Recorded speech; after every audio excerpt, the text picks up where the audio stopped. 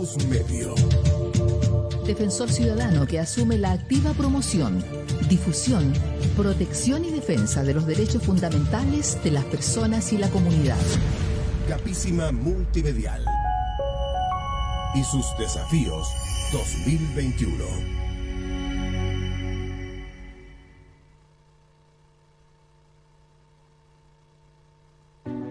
Siempre he soñado con que Arica sea una ciudad próspera, una ciudad pujante que brinde oportunidades para todos, para ese emprendedor o emprendedora que sueña con transformar su idea en realidad, para ese pequeño o mediano empresario que espera que esa realidad se transforme en una gran empresa, con una ciudad que se desarrolle y crezca en el comercio, servicios, turismo e industrias, pero también una ciudad que desarrolle innovaciones, que modifica las reglas del juego y que reinventa la forma de hacer las cosas. Una región empoderada que genera riqueza y crecimiento económico con personas que sientan pasión, entusiasmo y ese espíritu que necesitamos para darnos cuenta que ese camino está en nuestras manos.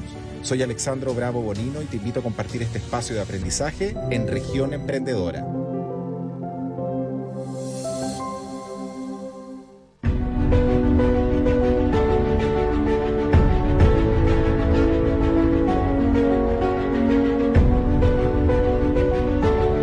Buenos días, Arica, 11 de la mañana de este viernes 23 de abril. Bienvenidos a nuestro programa número 13 de Región Emprendedora, el que, como saben, hemos diseñado con el propósito de generar un espacio de conversación y aprendizaje que permita traer esas conversaciones del mundo a nuestra región y de la que esperamos que tanto emprendedores como comerciantes, microempresarios, pymes y cada uno de ustedes puedan aprender y enriquecerse con este espacio. No se olviden que pueden hacernos llegar sus preguntas por las redes sociales para que podamos compartirlas con quienes hoy nos van a acompañar en el programa. Hoy viernes tenemos un gran programa, así que los invito a que compartan esta transmisión en las redes sociales. En el primer bloque tenemos a nuestro invitado, a Ernesto Santibáñez, con quien conversaremos sobre cómo traer recursos e inversión para el desarrollo sostenible en la región. En el segundo bloque compartiremos con nuestro panelista, Gustavo Canepa, en el espacio Innovación y Emprendimiento con Arica. Así que comparta esta transmisión en sus redes sociales, siéntase cómodo, cómoda y ya arrancamos este programa número 13 de este viernes 23 de abril. A continuación nos trasladamos a la región del Maule, aquí en Chile, y quiero presentar a mi primer invitado, a un gran amigo, Ernesto Santibáñez. Bienvenido a la ciudad de Arica, bienvenido a nuestro programa Región Emprendedora. Bueno, muchas gracias, Alexandro, por la invitación. La verdad que nos conocemos hace bastante tiempo y como nacido y criado en Arica es un placer. Pues es un placer volver virtualmente, porque físicamente hace harto rato que no voy por allá, pero seguro, siempre queda en los pensamientos. Así es, Ernesto. Voy a hacer una introducción tuya para la gente que nos está escuchando por la 104.9 FM y por las plataformas digitales en Facebook, Twitter, Instagram, YouTube y también en nuestra página web puedan conocer más sobre ti. Ernesto es ingeniero civil industrial, es magíster en gestión de operaciones de la Universidad Federal de Río de Janeiro y su doctorado en la misma universidad en conjunto con la London School of Economics and Political Science. Se ha desempeñado como profesor e investigador en universidades de Brasil y actualmente se desempeña como profesor asociado de la Universidad de Talca. Ha realizado estadías como investigador y profesor visitante en el MIT, en Estados Unidos, en la Universidad de Sheffield, en Ucrania, en la London Business School y en algunas universidades top de China, como ahí tú me vas a corregir si lo digo bien, si lo pronuncio bien, ¿no? La Tsinghua University, la Nankai University y la Beijing Institute of Technology, entre otras. Su principal interés se centra en los problemas que surgen en la interfaz del cambio climático y la sostenibilidad y su impacto en el desempeño de las organizaciones y empresas en general. Algunos de sus temas recientes de interés son la gestión sustentable de cadena de suministro, resiliencia en el transporte y logística, la gestión sustentable de negocios y operaciones, todos los temas relacionados a Smart City, economía circular y gestión en tiempos de pandemia. Ha recibido reconocimientos internacionales en Estados Unidos y China por sus aportes y más de 20 años de experiencia en el mundo académico y de investigación. Y nuevamente, Ernesto, te agradezco por compartir este espacio. Para mí es un placer y un honor compartir contigo. Vamos a entrar en materia en este gran tema sobre cómo traer recursos e inversión para el desarrollo sostenible en nuestra región o en la región. ¿Por qué es importante traer recursos e inversión y cuáles son los impactos que pudiese tener eso en nuestra región? Bueno, gracias, Alessandro. La verdad que yo caí en este tema de las inversiones por los años que llevo de experiencia profesional, ¿verdad? Y también desarrollándome en el mundo de la investigación. Y sin dinero, sin recursos, por muy buenas intenciones que se tengan, no se puede hacer prácticamente nada. Entonces, cuando decimos por qué es bueno traer inversiones, ¿verdad? Recursos, que estamos hablando de dinero, bueno, de partida es por la generación de empleo. Diría yo que la base es generación de empleo, y luego generación de empleo significa que las familias tienen dinero. Y si las familias tienen dinero para consumir. Y si tienen, por lo tanto, dinero para consumir, tiran la demanda de servicios básicos, educación, salud, ¿verdad? Alimentos, etcétera. Y eso es lo que finalmente mueve la economía. Y mientras nosotros no tengamos un financiamiento base, que se llama, que es otorgar tranquilidad para las familias quiere decir que se puedan alimentar, que puedan tener educación y que puedan tener salud, pensar en el desarrollo es complejo, de manera de que mientras no tengamos un financiamiento, una inversión base, todo el resto, ¿verdad?, se vuelve más complicado. Así es como un círculo. Atraemos inversión, llega inversión, se genera empleo, se generan ingresos para las familias, se aumenta el consumo, etcétera. ¿Qué políticas consideras tú son efectivas para atraer inversión? La verdad que la experiencia comparada tiene cierto... Se podrían reflejar ciertos indicadores. Uno podría tomar ciertos indicadores. Uno, que es como criterio base, es muy difícil tú atraer inversiones en un escenario normal. Peor aún en los tiempos de pandemia que estamos viviendo. Y en el escenario normal, las ciudades que han atraído inversiones, las regiones y los países que han atraído inversiones han fijado políticas de medio a largo plazo. Y han sido consistentes. Entonces, si uno mira, por ejemplo, la información del Innovation Geographic del año 2019-2020, que clasifica las ciudades, en términos de la atracción, ciudades innovadoras y atracción de inversiones, tú ves ahí a San Francisco, ves Tokio, ves Pekín, ves Londres, etcétera, y todas ellas han tenido políticas consistentes. Por lo tanto, lo primero para tú atraer inversiones es tener políticas de mediano a largo plazo. Yo diría que ahí en la comparación, recordando lo que me contaban mis papás respecto de Arica y lo que alcancé a vivir respecto de Arica, diría que lo más consistente, y discúlpenme la ignorancia, que yo vi hasta entonces era la Junta de Adelanto de Arica, que tuvo casi 20 años. 20 años. Y con 20 años tú ves que todavía permanecen, creo yo, algunas obra. Eso es lo que el inversionista requiere. El inversionista requiere tranquilidad. Por lo tanto, para atraer recursos tienes que tener un marco que te proyecte, es la primera cuestión, un marco que te proyecte en el mediano a largo plazo. Y no estamos hablando de un gobierno, ¿no? Un gobierno de 4 años, ni un gobierno de 8 años. Si tú miras, por ejemplo, lo que dice A.T. Kearney, que es una consultora a nivel mundial, que también habla sobre el tema de las ciudades, regiones, y cómo situarse en el contexto mundial para atraer dinero. Y ahí, otro punto importante es la consistencia política. Que la consistencia política significa acuerdos. ¿Y acuerdos para qué? Para que mantengamos, ¿verdad?, una norma, una regulación, una estrategia que va más allá de los gobiernos. Entonces, derecha, izquierda, centro, lo que sea, pero que sea consistente. Entonces, en resumen, las recetas no hay que inventarlas. Las recetas están, uno mira, y si uno quiere mirar quiénes han sido más consistentes desde el punto de vista político, que yo creo que es uno de los grandes males que tenemos en los países en desarrollo, es Bruselas.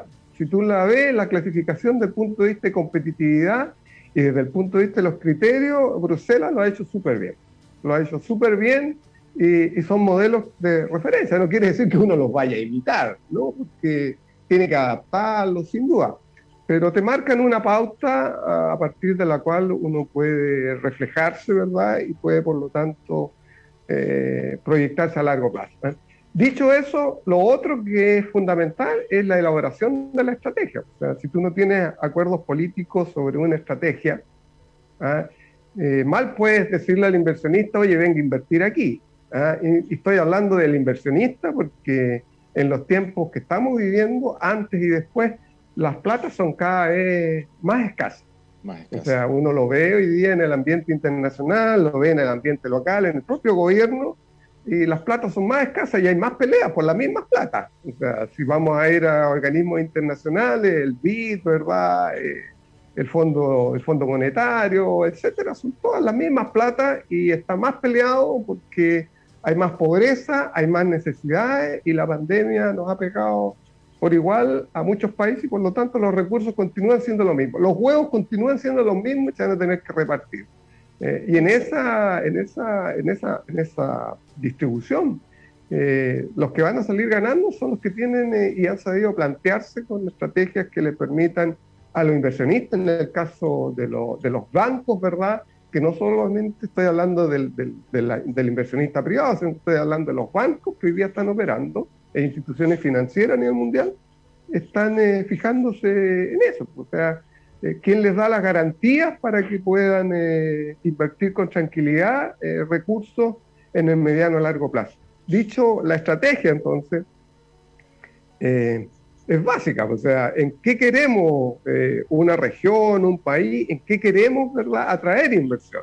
Y en ese en qué atraer inversión soy un fuerte convencido de que la mezcla de la sustentabilidad, ¿verdad? O sostenibilidad, que le llamamos también en español, con la integración de tecnologías avanzadas, ¿verdad? Que llaman Industria 4.0, y todo ello rodeado de innovación es lo que hoy día está mandando, porque eso, si tú lo juntas, lo aplicas en el sector de la educación, lo aplicas en el sector de la salud, lo aplicas en energía, lo aplicas en una gran variedad de sectores, y es lo que se anda buscando.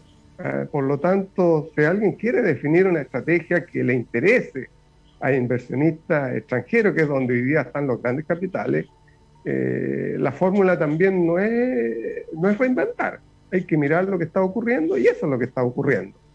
Y si tú miras el desarrollo desde el punto de vista de la innovación, las ciudades que han triunfado, los países que han triunfado, y miras desde el punto de vista de la competitividad, los indicadores se tienden a cruzar y los países y las ciudades tienden a ser las mismas. O sea, San Francisco, ¿verdad?, por la atracción de startups, Londres por el capital, ¿verdad?, el talento que tienen, 30% que del talento que está ahí estaba, porque ahora va a modificarse, ¿cierto?, con la nueva estructura que hay de la separación de Inglaterra, pero el 30% del talento estaba en alta tecnología. Pekín, imagínate que Pekín, ¿verdad?, Beijing, que uno dice, pucha, China, es el que más atraía capital de riesgo.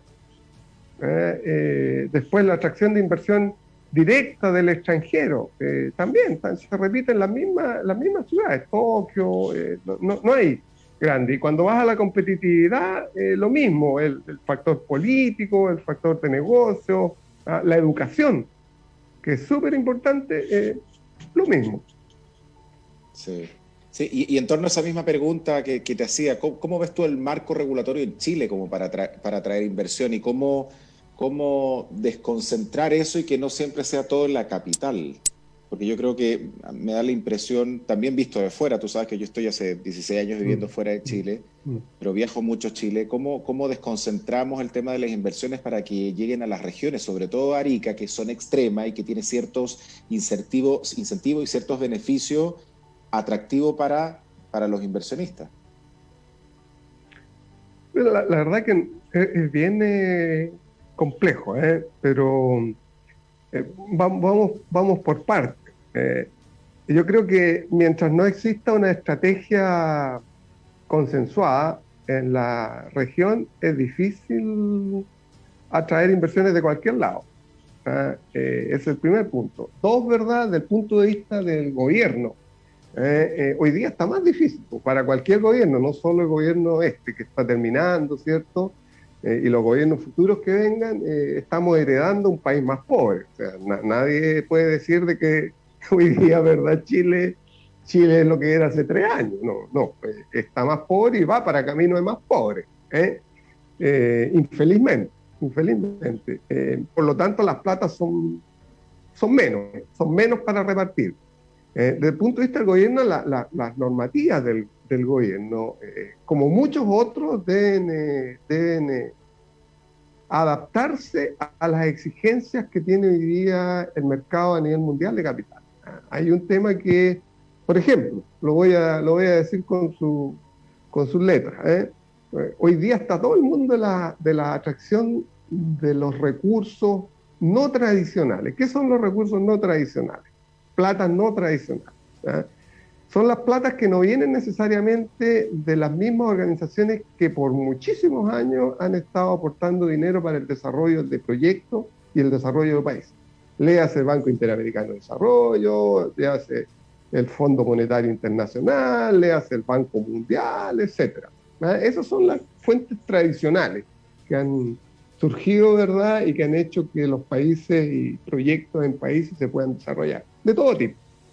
¿Ya? Incluso las ciudades han recibido, aparte de eso. En el caso de Brasil, que conozco más, ¿verdad? Por haber trabajado y por estar siempre ligado a Brasil, hay ciudades que han recibido aportes de estas instituciones. Los no tradicionales son fondos que hoy día tanto se han creado en esas instituciones como se han desarrollado en paralelo, por exigencia diría yo, de los consumidores, por exigencia de las propias normas que hoy día han surgido. ¿Cuáles son esas? Son fondos para justamente aportar al desarrollo sustentable, para cumplir con las metas, ¿verdad?, del desarrollo sustentable, y en eso tanto los fondos monetarios, el Fondo Monetario Internacional como el Banco Mundial, etcétera, han creado una línea. Pero han surgido otras instituciones que también están en esa línea. Eso hoy día en Chile, ¿verdad?, lo tenemos muy poco desarrollado. ¿Cómo atraer esa parte de la inversión? ¿Por qué? Porque hoy día eso tiene que estar ligado a una política de gobierno. Claro, la política de gobierno recién, si tú la ves, hoy día dice, oye, para el año 2030 nosotros vamos a tener una disminución de tantas toneladas en las emisiones de carbono para caminar hacia el 2050 en un país carbono neutral.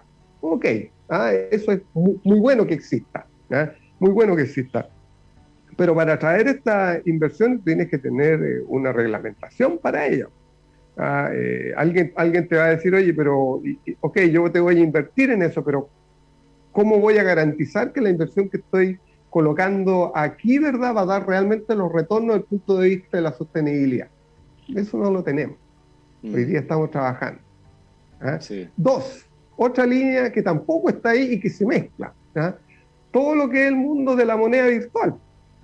O sea, hoy día hay 2 millones de dólares a nivel mundial, lo que serían 2 billones de dólares, que son muchas veces el Producto Interno Bruto de Chile, que están ahí virtualmente, que existen, que son monedas virtuales, pero que tú las puedes traer al mundo real. Y hoy día hay estrategias, ¿verdad?, que están usando varios países para atraer esos recursos. Alguien dice, oye, pero eso es un capital de mucho riesgo. Sí, claro que lo es. Claro que lo es. Pero tú ves hoy día Visa ya comenzó a recibir pagos, ¿verdad? PayPal también está recibiendo. El Banco Mundial ya se metió, hay bancos centrales metidos en eso, y hay países que han elaborado su estrategia en función de eso. Malta, Lituania, son países que han desarrollado su estrategia en base a la atracción de ese mundo, esa parte financiera. Y nosotros tampoco, no tenemos, ¿verdad? Hay una preocupación por el lavado de dinero, etcétera, pero está bien, preocupémonos de eso, pero también preocupémonos de mirar cómo podemos atraer esos recursos que hoy día están.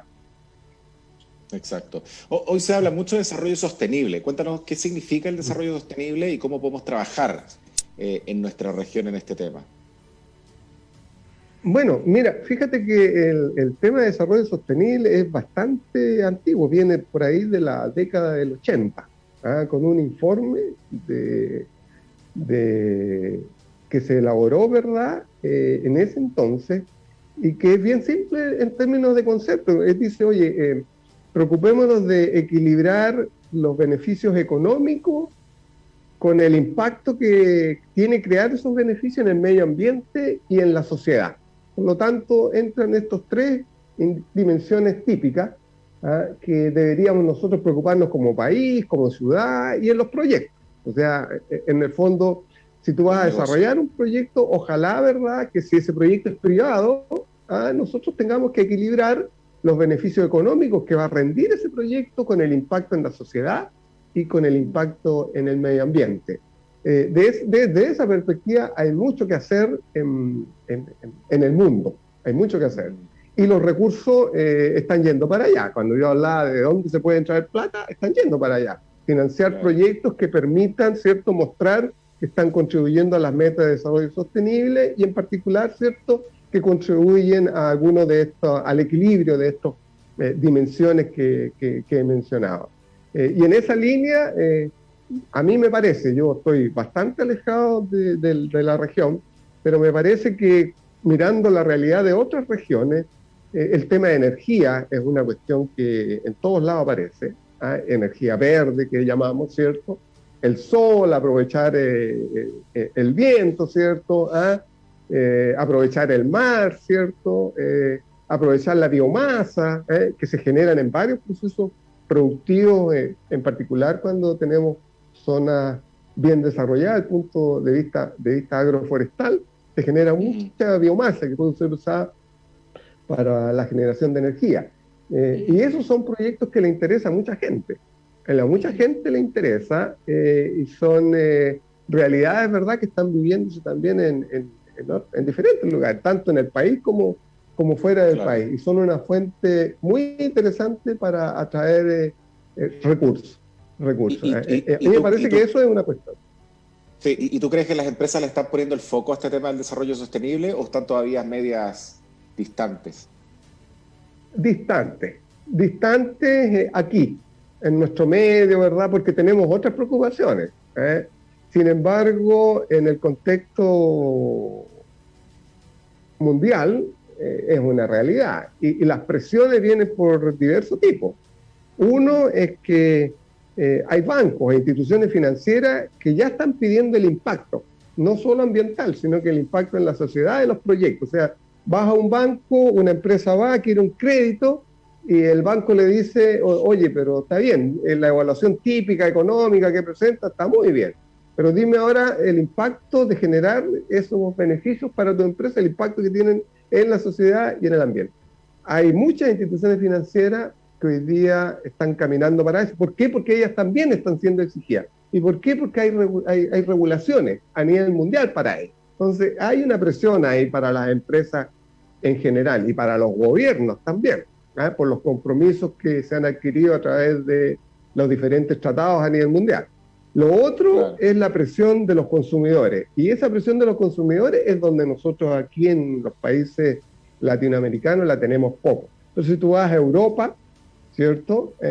La presión es bastante fuerte o mucho más fuerte que la que tenemos aquí por conocer cuál es el impacto de los productos, de la manzana, de la mermelada que estás comiendo, del bife, ¿verdad?, del pescado que estás comiendo, cuál es el impacto que eso tiene o tuvo en la sociedad, en el trabajo, si hubo trabajo esclavo o no, porque aunque no lo creamos, existe mucho todavía trabajo esclavo, cuál es el impacto que tuvo en el medio ambiente, la generación, ¿verdad?, de esa manzana, o sea, para que esa manzana llegara a una mesa, ¿cierto?, y nosotros la podamos consumir en Alemania, en Inglaterra, en Francia, ¿cuál fue el impacto que tuvo eso? Entonces, yo diría que aquí en Chile todavía tenemos poco, pero las presiones son cada vez mayores. ¿Por qué? Porque somos un país exportador. O sea, la uva nuestra, el vino nuestro que llega a diferentes partes del mundo, claro, en esa parte el consumidor quiere saber cada vez más, oye, cuál fue el impacto de que esta botellita de vino, ¿verdad?, llegara a donde yo estoy. Entonces las empresas aquí a nivel local están siendo más exigidas, consecuencia de los consumidores más conscientes del tema del impacto en la sociedad y el impacto en el medio ambiente de lo que consumen, pero también por las regulaciones que existen afuera. Entonces, en el fondo, si alguien quiere crear ventajas competitivas hoy día, debió haber comenzado antes, pero hoy día es tiempo. Todavía es tiempo de que una empresa se preocupe, ¿no? Todavía es tiempo de que una empresa se preocupe de eso. Sin lugar a duda, sin lugar a duda. Ernesto, para ir terminando, ¿cuáles son las estrategias de mitigación, que es algo que has venido trabajando en este último tiempo, para el impacto del COVID en la economía y productividad de los países? Bueno, ese es un trabajo que he venido haciendo, diría yo, en el último, lo que ha durado la pandemia prácticamente. Y básicamente, lo que yo dije al inicio de esta conversación, los dineros hoy día son los que tenemos, ¿verdad?, como país, y por lo tanto, si queremos enfrentar la pandemia primero por sectores, y si todos los sectores estamos pidiendo que nos regale o nos dé plata para que podamos seguir sosteniendo la economía, esa plata es finita, esa se va a agotar, esa va a empobrecer y en el medio largo plazo va a volver como un boomerang, porque no vamos a tener más plata para pedir. Entonces, ¿de dónde viene una estrategia para poder mitigar el impacto, ¿cierto? Pero también pensar en el medio largo plazo, en proyectos, en estrategia, definir por sectores qué es lo que tenemos, ¿verdad? Y ojalá que estos sean de impacto multisectorial. Nosotros lo que hemos venido trabajando es en eso, ¿ya? El desarrollo de una estrategia, ¿ya?, que contenga proyectos y programas, pero que impacte en varios sectores. Uno de los sectores, infraestructura, pero el otro es el de economía propiamente tal, agroforestal, por ejemplo. Pero que además, fíjate bien, estamos hablando de infraestructura, pero no estamos hablando solo de infraestructura logística, que son la carretera, ¿verdad?, que es dotar de tren, ¿cierto?, que es mejorar las carreteras, ¿cierto?, para que los vehículos puedan transitar con más peso, o colocar tren, o colocar, ¿verdad?, y modernizar los puertos, o modernizar aún más el aeropuerto. No estamos solo hablando de esa parte de la infraestructura, que necesitamos inversiones y es el momento de invertir para el país, sino que también el chorreo que eso se produce cuando tú piensas en invertir en infraestructura avanzada tecnológicamente. ¿Qué quiere decir eso? La atracción, por ejemplo, de inversionistas para que coloquen aquí aparatos, ¿verdad?, sensores o tecnologías que asociadas a la industria 4.0, que son Internet de las Cosas, que parte con identificación por radiofrecuencia, que tenemos inteligencia artificial, ¿verdad?, que tenemos robótica, que tenemos automatización, ¿cierto? Yo creo que todo eso tiene un chorreo adicional. ¿Por qué? Porque el país hoy día tiene un déficit, tanto para el sur, si tú te sales de la zona central, tanto para el sur como para el norte, la infraestructura de Internet, ¿verdad?, de telecomunicaciones, es deficiente. Es deficiente. Hoy día lo estamos comprobando y eso no puede ser. No puede ser porque lo estamos comprobando y estamos diciendo, oye, necesitamos que la educación, ¿verdad?, llegue a todo. Pero para que la educación llegue a todo, necesitamos una buena infraestructura de telecomunicaciones hoy día, una buena Internet, un buen acceso a Internet, que no significa solamente una buena infraestructura desde el punto de vista tecnológico, significa a precio razonable. Exacto. Dos, ¿verdad? Necesitamos hoy día, porque ya va a ser así, salud, y que sea salud a distancia. Necesitas para eso también una buena infraestructura de Internet.